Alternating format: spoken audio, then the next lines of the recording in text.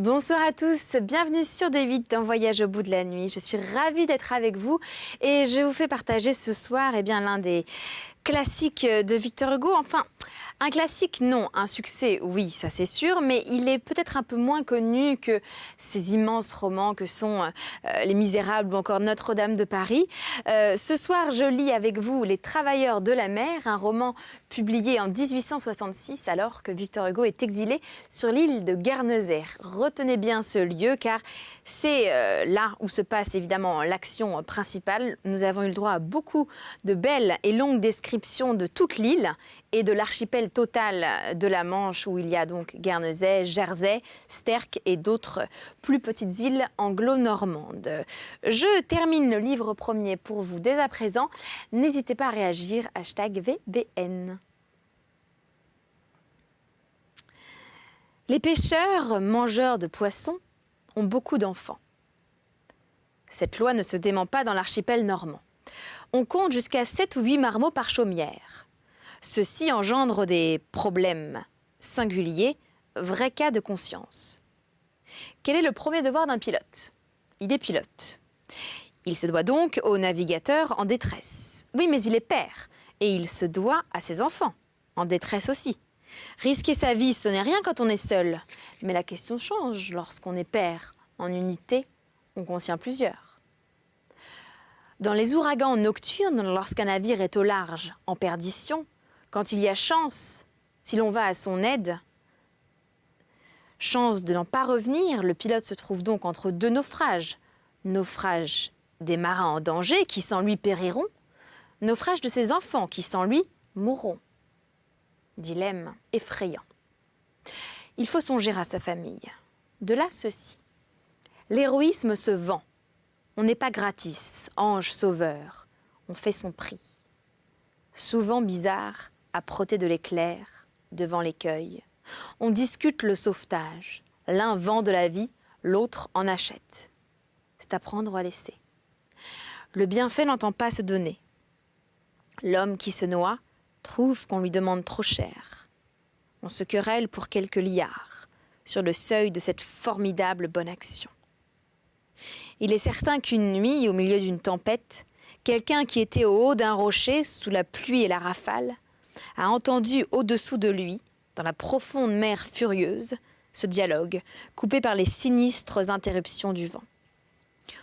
On distinguait dans les ténèbres deux silhouettes noires, deux confuses formes de navires, bondissant l'une près de l'autre, dans les blancheurs de l'écume et se parlant. D'où venez-vous ? Prenez garde, n'approchez pas. Mon mât de Mycène va vous tomber dessus. D'où venez-vous? Je ne sais pas. Où allez-vous? Je ne sais pas. Voulez-vous que je vous sauve? Prenez garde, je n'ai plus qu'un mât, il va tomber sur vous. Voulez-vous que je vous sauve? Combien êtes-vous dans votre barque? 3 hommes. Si mon mât tombait sur votre barque, vous seriez noyé. Allez-vous-en. Si je m'en vais, vous êtes perdu. À la garde de Dieu. Voulez-vous que je vous mène à Guernesey? Je suis pilote. Où est Guernesey? Là. Vous vous trompez, c'est Jersey. Je ne me trompe pas, c'est Guernesey. À la garde de Dieu. Comment vous appelez-vous? La Galante. D'où? De Portrieux. Votre destination? Terre-Neuve. Qu'est-ce que vous portez? 19 hommes plus mon chargement. Voulez-vous que je vous sauve? Qui êtes-vous? Pilote numéro 6. Votre nom? L'étivier. D'où? De Saint-Pierre-du-Bois, à la garde de Dieu. Voulez-vous que je vous sauve? Pour combien? Pour 50 livres sterling. Voulez-vous 25 livres? Non. 50. Non. 25. Je m'en vais. Allez-vous-en. Vous faites côte. Voilà les cailloux. Entendez-vous le tocsin là-bas? Dans un quart d'heure, vous êtes mort. Voulez-vous pour 40 livres? Non. Pour 45. Oh, va pour 45. Et l'étivier sauva la Galante. Tels sont ces marchandages terribles. Homo et Dax, chapitre 22. Dans un temps donné, la configuration d'une île change. Une île est une construction de l'océan. La matière est éternelle, non l'aspect. Tout sur la terre est perpétuellement pétri par la mort. Même les monuments extra-humains, même le granit, tout se déforme, même l'informe.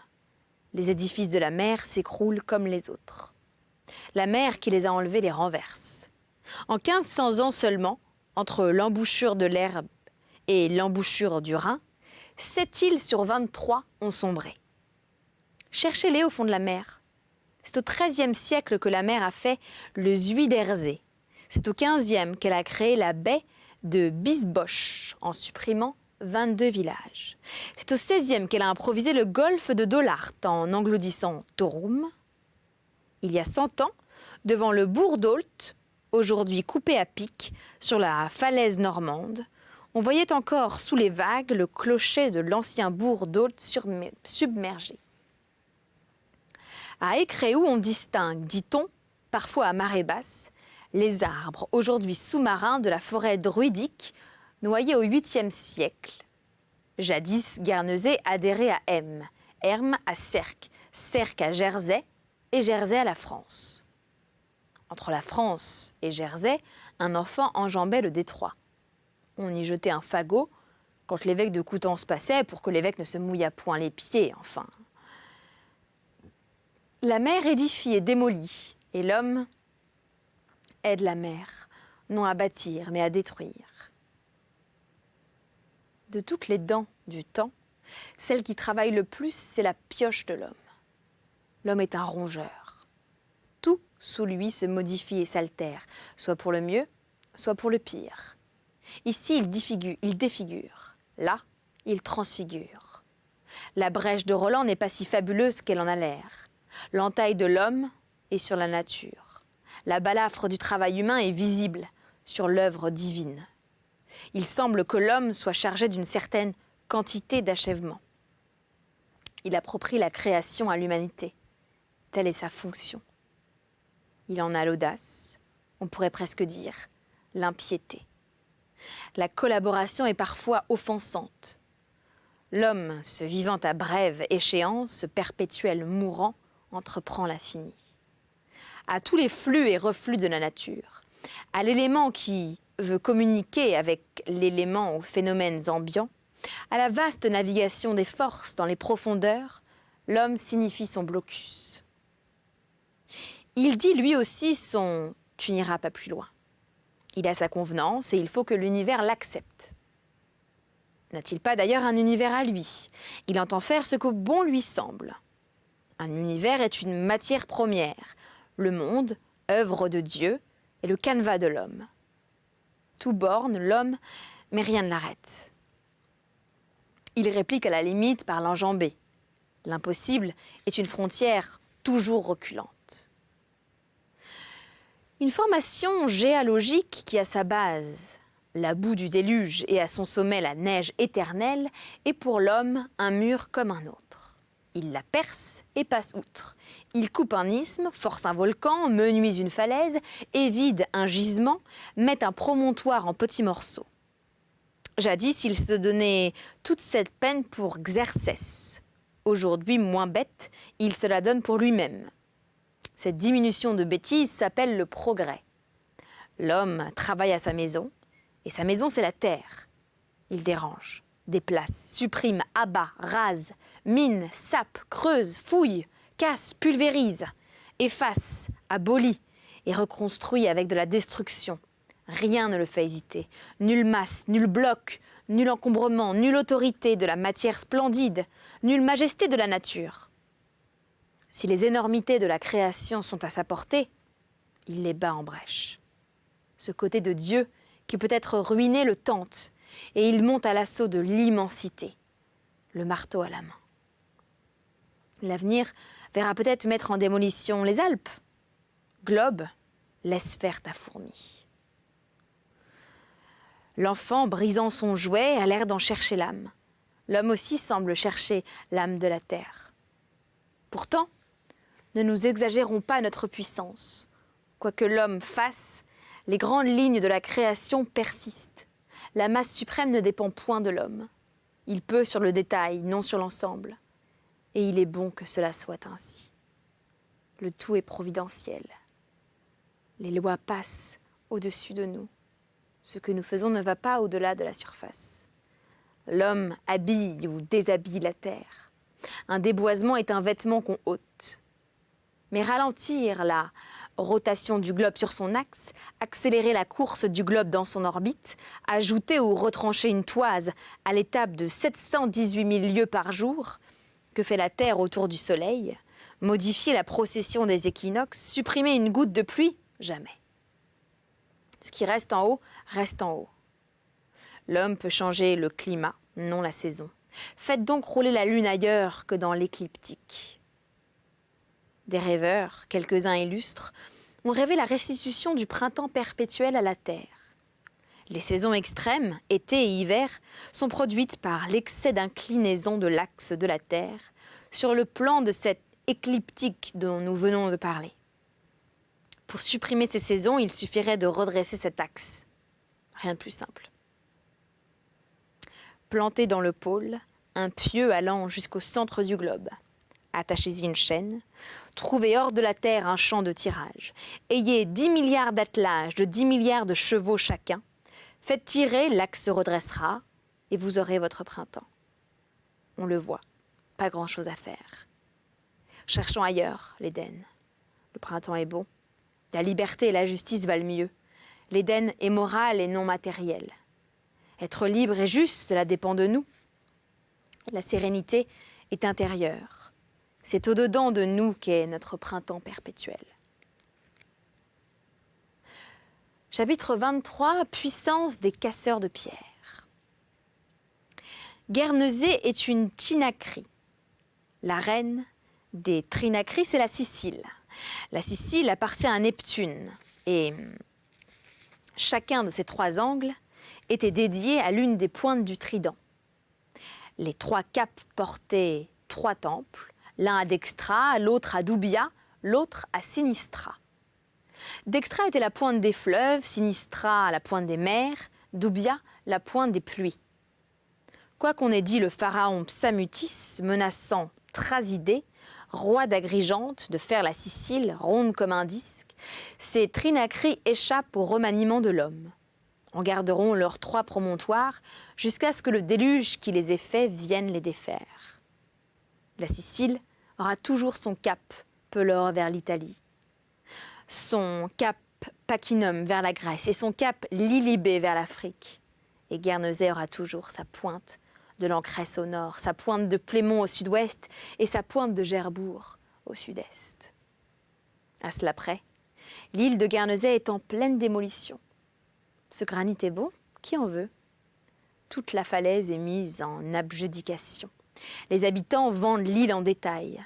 Le curieux rocher, la roque au diable, a été dernièrement brocanté pour quelques livres sterling. La vaste carrière de la ville Baudu, épuisée, on passera à une autre. Toute l'Angleterre demande de cette pierre. Rien que pour la digue construite sur la Tamise, il en faudra 200 000 tonnes. Les personnes loyales qui tiennent à la solidité des statues royales ont fort regretté que le piédestal du bronze Albert, qui est en granit de Schizring, n'ait pas été fait en bonne roche de Guernesey. Quoi qu'il en soit, les côtes de Guernesey tombent sous la pioche en 4 ans. À Saint-Pierre-Port, sous les fenêtres des habitants de la Fallu, une montagne a disparu. Et cela se fait en Amérique comme en Europe. À l'heure qu'il est, Valparaiso est en train de vendre à l'enchère aux équarrisseurs les collines magnifiques et vulnérables qu'il avait fait surnommer Vallée Paradis. Les anciens Guernesiens ne reconnaissent plus leur île. Ils seraient tentés de dire « On m'a changé mon lieu natal ». Wellington le disait de Waterloo, qui était son lieu natal à lui. Ajoutez à cela que Guernesey, qui jadis parlait français, parle aujourd'hui anglais. Autre démolition. Jusque vers 1805, Guernesey a été coupée en 2 îles. Un fleuve de mer la traversait de part en part, du mont Crevel de l'Est au mont Crevel de l'Ouest. Ce bras de mer débauchait à l'Occident, vis-à-vis les Fruquiers et les 2 Sauroquiers. Il avait des baies entrant assez avant dans les terres. Une allait jusqu'à Salterne. On nommait ce bras de la mer la Braie du Val. Saint-Sampson, au siècle dernier, était un amarrage de barques de deux côtés d'une rue de l'océan, rue étroite et sinueuse. De même que les Hollandais ont desséché le lac de Haarlem, dont ils ont fait une plaine assez laide. Les Guernesiais ont comblé la Braie du Val à cette heure prairie. De la rue, ils ont fait un cul-de-sac. Ce cul-de-sac est le port de Saint-Sampson. Qui a vu l'archipel normand l'aime, qui l'a habité l'estime. C'est là un noble petit peuple, grand par l'âme. Il a l'âme de la mer. Ces hommes des îles de la Manche ont une race à part. Ils gardent sur la grande terre on ne sait quelle suprématie. Ils le prennent de haut avec les Anglais, disposés parfois à dédaigner ces 3 ou 4 pots de fleurs dans cette pièce d'eau. Jersey et Guernesey répliquent « Nous sommes les Normands et c'est nous qui avons conquis l'Angleterre ». On peut sourire, on peut admirer aussi. Un jour viendra où Paris mettra ses îles à la mode et fera leur fortune. Elles le méritent. Une prospérité sans cesse croissante les attend, le jour où elles seront connues. Elles ont ce singulier attrait de combiner un climat fait pour l'oisiveté avec une population faite pour le travail. Cet églogue est un chantier. L'archipel normand a moins de soleil que les Cyclades, mais plus de verdure. Autant de verdure que les Orcades et plus de soleil.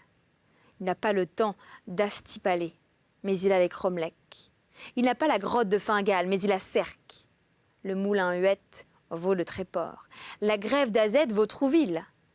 Plémont vaut Étretat. Le pays est beau, le peuple est bon. L'histoire est fière. Le côté sauvage est majestueux. L'archipel a un apôtre, Hélier, un poète, Robert Wace, un héros, Pierson. Plusieurs des meilleurs généraux et des meilleurs amiraux de l'Angleterre sont nés dans l'archipel. Ces pauvres pêcheurs sont dans l'occasion magnifique, dans les souscriptions pour les inondés de Lyon et les affamés de Manchester. Jersey et Guernesey ont plus donné, proportion gardée, que la France et l'Angleterre. Ces peuples ont gardé de leur vieille vie de contrebandiers un goût hautain pour le risque et le danger. Ils vont partout, ils essaiment. L'archipel normand colonise aujourd'hui, comme jadis, l'archipel grec. C'est là une gloire. Il y a des Jersiais et des Guernesiais en Australie, en Californie, à Ceylan. L'Amérique du Nord a son New Jersey et son New Guernesey, qui est dans l'Ohio. Ces anglo-normands, quoique peu ankylosés par les sectes, ont une incorruptible aptitude au progrès. Toutes les superstitions, soit, mais toute la raison aussi. Est-ce que la France n'a pas été brigande? Est-ce que l'Angleterre n'a pas été anthropophage? Soyons modestes et pensons à nos ancêtres tatoués. Prospérer le banditisme, le commerce règne. Transformation superbe, œuvre des siècles, sans doute, mais des hommes aussi. Ce magnanime exemple, c'est ce microscopique archipel qui le donne. Ces espèces de petites nations-là font la preuve de la civilisation. Aimons-les, vénérons-les. Ces microcosmes reflètent en petit, dans toutes ses phases, la grande formation humaine. Jersey, Guernesey, Aurigny, anciens repères, ateliers à présent. Anciens écueils, ports maintenant. Pour l'observateur de cette série d'avatars qu'on appelle l'histoire, pas de spectacle plus émouvant que de voir, lentement et par degrés, monter et surgir au soleil de la civilisation ce peuple nocturne de la mer. L'homme des ténèbres se retourne et fait face. Rien n'est plus grand, rien n'est plus pathétique. Jadis forban, aujourd'hui ouvrier, jadis sauvage, aujourd'hui citoyen, jadis loup, aujourd'hui homme. A-t-il moins d'audace qu'autrefois? Non. Seulement, cette audace va à la lumière. Quelle splendide différence entre la navigation actuelle, côtière, riveraine, marchande, honnête, fraternelle, et le vieux dromon informe ayant pour devise « Homo homini monstrum ». Le barrage s'est fait point. L'obstacle est devenu laide. Là où ce peuple a été pirate, il est pilote. Et il est plus entreprenant et plus hardi que jamais. Ce pays est resté le pays de l'aventure en devenant le pays de la probité. Plus le point de départ a été infime, plus on est attendri de l'ascension. La fiente du nid sur la coquille de l'œuf fait admirer l'envergure de l'oiseau. C'est en bonne part qu'on pense aujourd'hui à l'ancienne piraterie de l'archipel normand. En présence de toutes ces voiles charmantes et sereines, triomphalement guidées à travers ces dédales de flots et d'écueils, par le phare, lenticulaire et la lighthouse électrique, on songe, avec le bien-être de conscience inhérent au progrès constaté, à ces vieux marins furtifs et farouches, naviguant jadis en des chaloupes sans boussole, sur les vagues noires, lividement éclairées de loin en loin, de promontoire en promontoire, par ces antiques brasiers à frissons de flammes, que tourmentaient dans des cages de fer les immenses vents des profondeurs. C'est ainsi pour le livre premier, L'archipel de la Manche, extrait des Travailleurs de la mer de Victor Hugo. Merci en tout cas pour votre fidélité. J'étais ravie de vous lire ce livre premier dans son intégralité. Vous pouvez dès à présent voir ces émissions en replay sur le site de D8. Et puis quant à moi, je vous donne rendez-vous sur mon blog tous les jours pour retrouver mon actualité artistique et puis plein d'autres choses. On parle de mode, de voyage, de sport. N'hésitez pas à faire un tour sur somethingaboutVictoria.com. Je vous souhaite une belle journée sur D8. Merci à l'équipe artistique de Voyage au bout de la nuit. À très bientôt sur notre chaîne. Je vous embrasse.